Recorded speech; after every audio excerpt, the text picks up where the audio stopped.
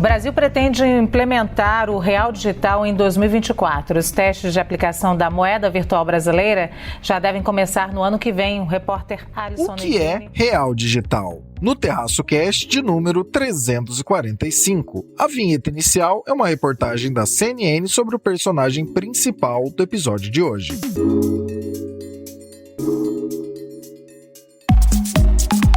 O principal índice da Bolsa de Valores de São Paulo fechou pela primeira vez acima dos 106 mil pontos. Fomos responsáveis, caímos em conto do vigário e não fizemos sem fazer o que o resto do mundo já fez. Carry out the peaceful transfer of power as we have for more than 2 centuries. Do mundo relevante da economia, política e assuntos afins, diretamente para os seus ouvidos. Este é o Terraço Cast. E aí, pessoal, tudo bem? Caio Augusto, diretamente da noite de 28 de outubro de 2022, uma sexta-feira, em Ourinhos, para mais um episódio do nosso Terraço Cast. Neste 345, conto com as nobres presenças de Fernanda Mello. Fala, Fernanda, tudo bem? E aí, pessoal, tudo certo com vocês? Eu gosto muito quando a semana consegue fazer um gancho perfeito entre um tema e outro. Eu sou muito perfeccionista a esse ponto. Então, vamos lidar aqui como se fosse uma novelinha, tá? Vamos seguir com tecnologia financeira e sistema bancário. E também dela, nossa correspondente internacional, Renata Couto. Fala, Renata, tudo certo? Oi, Caio. Oi, amigos do podcast do Terraço. Tudo bem com vocês? Vamos então ao 345.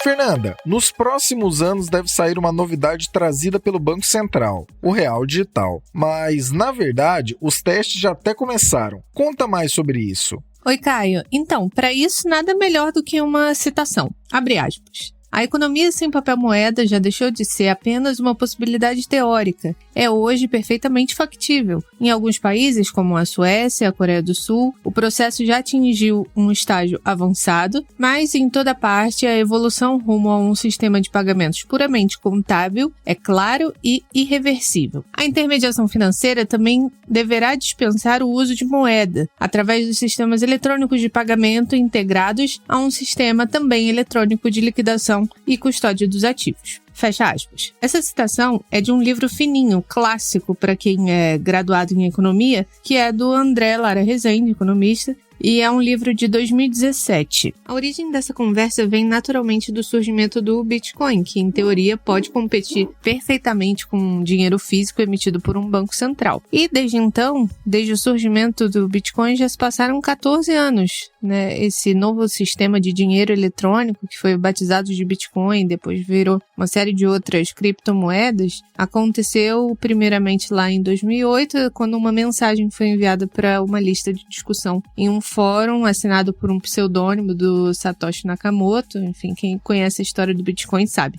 Mas eu não quero adentrar nesse ponto de curiosidades do mundo cripto. O que eu quero trazer é, as criptomoedas, como o Bitcoin, elas são emitidas e distribuídas de uma forma descentralizada. Não tem por trás um governo ou um banco central específico. Isso faz parte da natureza do Bitcoin, né? Um pouco anarquista, de certa forma. E quem regula o sistema é a própria rede de usuários e não uma instituição. Mas desde então, o crescimento do Bitcoin levantou uma discussão e tem sido exponencial o uso de uma moeda, de uma criptomoeda como reserva de valor. Tipo, um investimento, vamos dizer, né? As pessoas têm o costume de falar, vou investir em Bitcoin. E menos de falar, vou usar o meu Bitcoin para pagar a pizza, né? Como foi usado lá no início, que virou a grande piada dentro do Bitcoin, né? Que foi a pizza mais cara do mundo. Mas enfim, muitos países experimentaram, né, o uso de criptomoedas, mas para esse fim de fazer uma transação, ou seja, fazer um pagamento rápido, ir ali na esquina comprar um jornal e pagar com Bitcoin, isso não é tão comum. E também muitos países não têm o advento do Pix, O Pix surgiu aqui no Brasil como uma forma do Banco Central do Brasil atender uma demanda genuína do mercado brasileiro, ou seja, não é que o Banco Central impôs ao sistema financeiro. O Pix é uma resposta, né? É uma solução. O próprio mercado já vinha caminhando nesse sentido, com as fintechs oferecendo TED grátis, num cenário em que os grandes bancos tradicionais cobravam por um TED, e aí o Banco Central veio e disponibilizou um ambiente, que é o Pix, que, além de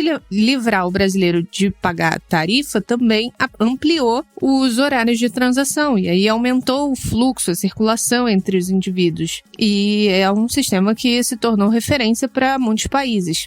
Agora, a gente vê essa notícia de que o Banco Central do Brasil vem emitindo reais digitais, né? Mas essa notícia vem sendo dada sem um pano de fundo, só como uma manchete chamativa. E aí, assim, estaria o Banco Central começando a primeira fase de abolição do papel moeda de vez?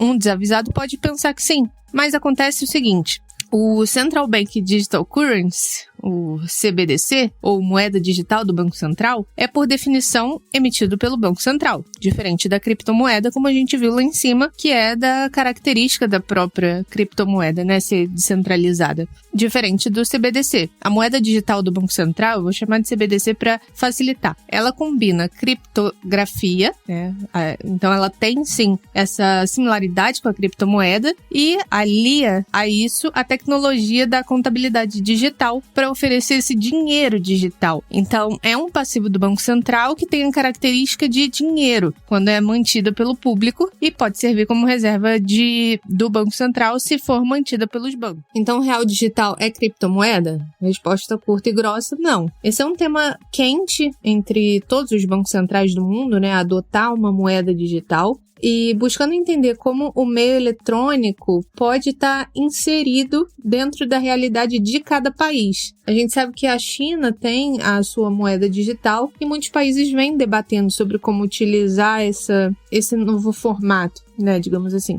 A gente precisa lembrar que o dinheiro tradicional é caro. Pensa no tanto de tecnologia que está no papel para evitar falsificações. E fora isso, a gente tem a emissão, a circulação, a retirada de papel moeda. Tudo isso exige cofre, exige logística, carro forte, toda uma infraestrutura que é cara para o Banco Central e para os bancos comerciais para manter tudo isso, né? Tipo La Casa de Papel feelings. E isso gera crime, violência, falsificação e também é usado para lavagem de dinheiro, para evasão fiscal, para financiamento de terrorismo. Um CBDC seria, de certa forma, assim, um princípio mais eficiente nesses quesitos, porque é mais limpo, mais seguro. Mas aí a gente precisa entender essa nova dinâmica, né? Porque existe uma questão fundamental no dinheiro em papel, que é preservar o anonimato, né? Então, sim, é uma dúvida que se gera, por isso ainda é uma discussão, existem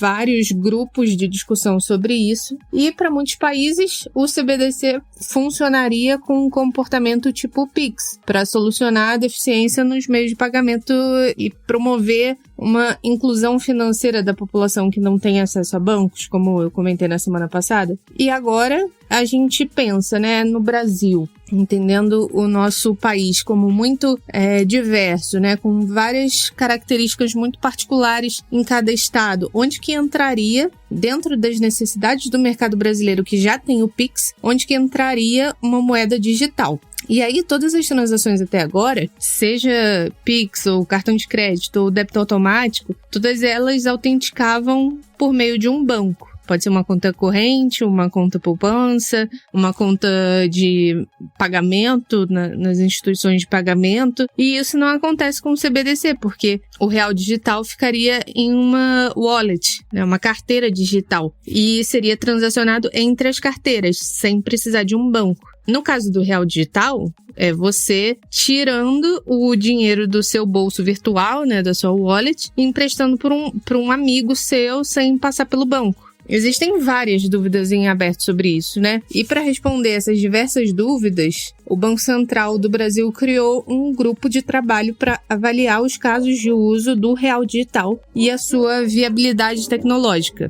E realmente foi feito um laboratório chamado LIFT, o Laboratório de Inovações Financeiras e Tecnológicas, e algumas empresas participaram propondo projetos e formas de se adotar o real digital. Para vocês terem uma noção, além dos bancos clássicos, que você já deve imaginar, muitas empresas de tecnologia, tipo a AWS, que é a nuvem da Amazon, a IBM, a Microsoft, a Oracle, que é aquela empresa de CRM, e várias outras do mercado de tech. Mas a novidade é essa, de que essa semana foram lançados os primeiros reais digitais, que valem igualzinho a sua nota do bolso, né? R$10 digitais valem R$10 na sua carteira. E aí, como eu não posso prever o futuro, e são muitos os debates, muitas as propostas sobre como se usar o CBDC, eu só digo o seguinte, guarda a sua nota, porque eu sinto aquele remorso de não ter guardado a nota de R$1 histórica. Então, só isso que eu posso dizer. Gente, vamos acompanhar, como sempre,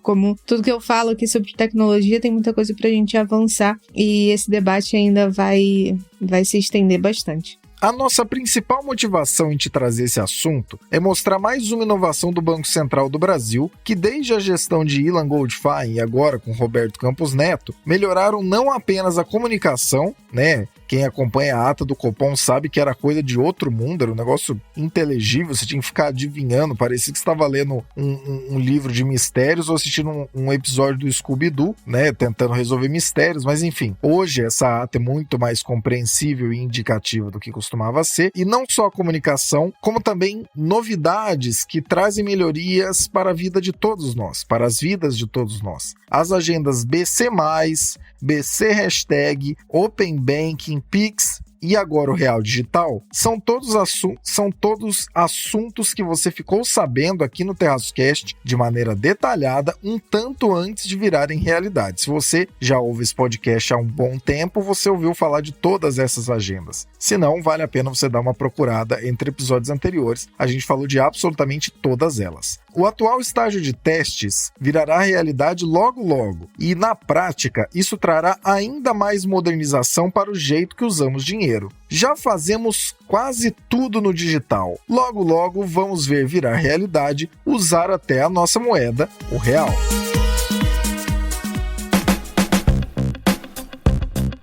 Quer encontrar o Terraço por aí? Só olhar a nossa Linktree. Lá estão nossos endereços oficiais no YouTube, no Facebook, no LinkedIn, no WhatsApp, no Telegram, no Instagram, no Twitter, no TikTok e no Hello. Não deixe também de seguir a equipe que participa aqui deste glorioso podcast nas redes sociais. Renata, traga para nós o Boletim Internacional. Então a gente teve, né, nesse final de semana, o Congresso do Partido Comunista Chinês, que deu aí um terceiro mandato para o Xi Jinping, né? Ele conseguiu essa reeleição da reeleição, é a primeira vez que isso acontece aí desde o período de redemocratização, depois do Mao Tse-tung. Ele é o líder chinês aí mais poderoso e possivelmente, acho que pode-se dizer, o líder mais poderoso hoje no mundo, né? Porque é difícil chamar a China de democracia hoje, né? Um governo autoritário na segunda maior economia do mundo. E aí a gente está vendo, né, nesse momento a China cada vez mais distante, né, daquele ideal de democracia liberal que a China vinha, né, caminhando aí até a entrada do Xi Jinping no poder, né? E aí a gente viu ao mesmo tempo um aumento do autoritarismo e um aumento também do crescimento econômico. Então a gente foi ver, e aí só, claro, acaba tendo impacto na popularidade do Xi Jinping, que devido ao crescimento econômico acaba ficando mais popular e concentrando ainda mais poder. A gente teve alguns fatos, né, além da recondução do Xi Jinping e de uma formulação aí de um gabinete mais ainda cada vez mais amigável a ele, né? A gente teve um incidente da retirada do ex-presidente durante o final do Congresso. A gente não sabe muito bem se esse ex-presidente não estava se sentindo bem, que sair, mas ali pela imagem pareceu que ele foi retirado meio à força e ficou uma situação no ar, assim, por que ele saiu no final do Congresso. Congresso. Durante o Congresso também ficou claro que a China vai querer forçar cada vez mais a questão da integração de Taiwan, né, aquela ideia de uma única China, né, tem toda essa, a gente já conversou aqui com vocês no podcast sobre essa questão, né, da China com Taiwan. A gente teve as visitas recentes, né, do líderes dos Estados Unidos, a Nancy Pelosi teve em Taiwan, isso acabou gerando aí um estresse na diplomacia internacional, e a China deixou bem claro no Congresso que vai tentar essa unificação de forma amigável, de forma passível, mas se não der para ir no amor, vai na dor também, e não descartam o uso de força em cima de Taiwan. Além do que a gente continua tendo na China a questão do Covid-0, né, da política de Covid-0, e a China continua nessa questão de tendo vários lockdowns em várias cidades importantes, e isso acaba afetando um pouco a popularidade do Xi Jinping, mas e deixa também o Ocidente meio em alerta, né, de por que a China tá sendo assim tão restritiva ou tão levando o Covid tão a sério. Será que eles sabem alguma coisa que a gente não sabe a respeito do Covid? Afinal, o vírus surgiu, né, provavelmente no mercado lá na Wuhan, né, então tem toda essa questão também que a gente, por ser um governo autoritário e que é menos transparente também com relação a todas as questões, né, sempre fica também essa dúvida com relação ao governo chinês. E tudo isso, né, num contexto, como vocês sabem, né, bastante complicado do ponto de vista de geopolítica. A gente tem uma guerra de expansão na Europa, né, da Rússia contra a Ucrânia, queda na produção de alimentos, outras questões aí econômicas que estão impactando aí a economia do mundo inteiro, e outras questões também, claro, né, da tragédia da guerra e direitos humanos. Então a gente continua acompanhando isso tudo para vocês aqui. E mudando um pouco de assunto e falando brevemente sobre a mudança de governo no Reino Unido, na verdade quem vai falar mais sobre isso é a Raquel na semana que vem. A Raquel é nossa especialista aí de política da Inglaterra, mas ela não pôde falar essa semana, então eu fiquei só cobrindo um pouco, né, só para não deixar de falar, né, porque é uma mudança importante. A Liz Truss, ela realmente perdeu da alface, né, teve esse meme, essa brincadeira que um jornal, um tabloide inglês fez, falando que quem ia durar mais, né? Se era uma cabeça de alface ou a cabeça da Liz Truss, e a alface realmente venceu, a Liz Truss apodreceu antes da alface no governo do Reino Unido. E aí ficou aquela dúvida, né? O Boris Johnson ameaçou voltar, mas o primeiro-ministro realmente ficou sendo o Sunak, que é um indiano muito rico, né? Dizem que ele é até mais rico que o príncipe Charles. Eu acho que isso é impossível, né? Se a gente vê os bilhões, só o que a família real tem de imóveis, acho que não dá para comparar a riqueza da família real com os, digamos assim, súditos, mas é uma pessoa riquíssima que, ao contrário do Boris Johnson, tem o cabelo todo arrumadinho, né? Parece que a mãe dele penteia o cabelo dele, passa aquele gel assim para ficar com o cabelo todo ajeitadinho. Ele é muito rico, já vem, né? É um Faria Limer, é a raiz, né, lá da Inglaterra, digamos assim. Trabalhava no mercado financeiro, mas ficou rico mesmo casando aí com a filha de um bilionário. E aí vamos ver qual vai ser o plano dele, né, para a economia do Reino Unido, que realmente está passando aí por desafios para rico nenhum botar defeito, né? Maior inflação nos últimos 40 anos, todos os problemas que vêm do Brexit também, um potencial crescimento econômico desacelerando, indo para a recessão, a Libra também se desvalorizando. Então, uma série de desafios aí para o futuro primeiro-ministro da Inglaterra. Vamos ver qual vai ser o plano dele. A Raquel vai detalhar isso pra gente mais na semana que vem. China é a segunda maior economia do planeta, então mudanças tocadas por lá fazem muita diferença para o resto do mundo. A concentração de poder ainda maior nas mãos de Xi Jinping foi muito mal encarada pelos mercados. Ações de empresas chinesas desabaram globalmente. Isso tem uma certa explicação. Já existem dificuldades diversas em se lidar com um país fechado e com informações pouco verificáveis, o que cá para nós, né, significa que essas informações acabam sendo menos confiáveis. A tendência com essa concentração de poder é que as coisas fiquem ainda mais fechadas por lá. Você pode até pensar que não, mas ninguém gosta de caixa preta quando o assunto é investimento. Principalmente se essa caixa preta pode partir para roubos autoritários ou mudar as regras da noite para o dia de acordo com o humor que acordou ou do humor que for dormir. Nenhum país é inteiramente transparente sobre suas políticas. Não precisamos ter ilusões sobre isso. Mas ter uma opacidade tão grande deixa diversos cenários mais embaçados e arriscados. Fica difícil prever, e olha que já não anda tão fácil a geopolítica global. Já sobre a mudança no Reino Unido, que te contamos em Breaking News na semana passada, temos que ainda não existe plano divulgado. Porém, já há admissão de culpa por equívocos cometidos pela pessoa anterior que brevemente ocupou a cadeira. Esperamos todos que uma das economias mais importantes do planeta logo tenha planos para encaminhar a complexa situação em que vive atualmente. E claro, assim que tivermos esses planos na mesa, Raquel trará mais detalhes.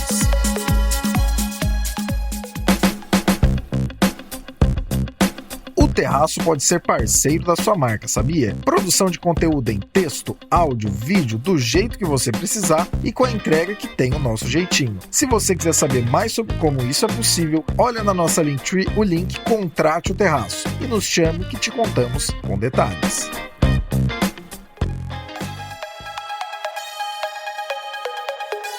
Episódio um pouco mais curto, mais leve, para que todos baixemos um pouco as tensões. E por falar em baixar a tensão, independente de quem saia vencedor nessas eleições, lembre-se de duas coisas importantíssimas. Nós do Terraço permaneceremos analisando, criticando e elogiando ideias, e não pessoas. Você que nos acompanha faz tempo em nossas plataformas, né? Seja em áudio, em vídeo, em texto, em participações nossas, com parceiros ou conteúdos publicados nas nossas próprias redes, já sabe disso, mas não custa reforçar. E em segundo, mas não menos importante, não deixe de cobrar quem quer que tenha sido eleito para que proponha melhorias reais, porque no fim das contas, a política nada mais é do que uma representação da sociedade. E se a sociedade não cobra, assinamos todos um grande pacto de mediocridade, em que nada muda e ninguém reclama. Apesar de isso agora, nesse exato momento, parecer ser muito difícil, fica aqui um desejo: que a lição de casa seja feita e a estabilidade vire uma realidade o mais rápido possível, porque o espaço que o Brasil tem para cometer erros, sobretudo com o cenário internacional negativo por tempo razoável, como teremos agora, não permitirá estripulias. A quem entrar, comemora a vitória e em seguida pense no tamanho da responsabilidade. E a nós que estamos do lado que financia a máquina, olhos atentos e cobrança sempre. Contem com o Terraço nessa jornada. Vamos então nos despedindo das duas peças, das duas grandes integrantes que abrilhantaram este episódio de número 345 do meu, do seu, do nosso Terraço Cast. Muito obrigado, Fernanda, por trazer essa novidade do Banco Central e vamos aguardar, né? Na dúvida, guarde aí suas notas no bolso até que a coisa vire uma novidade que a gente vai de fato utilizar. Muito obrigado e te aguardamos aqui na próxima semana.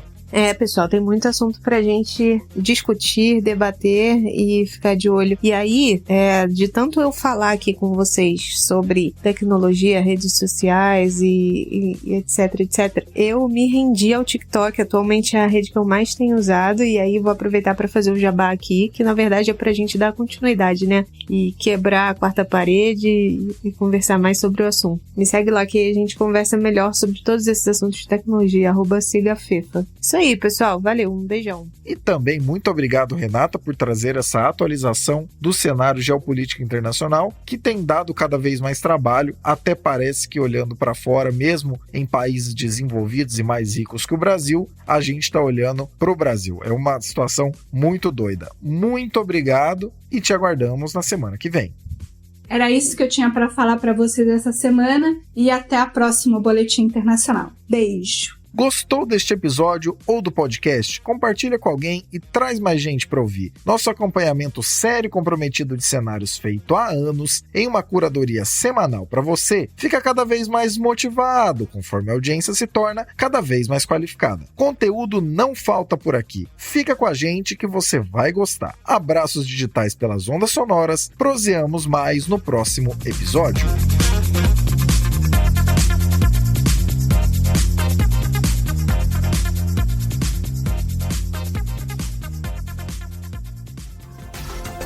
Este episódio foi editado por Atelas, soluções em áudio para podcasts.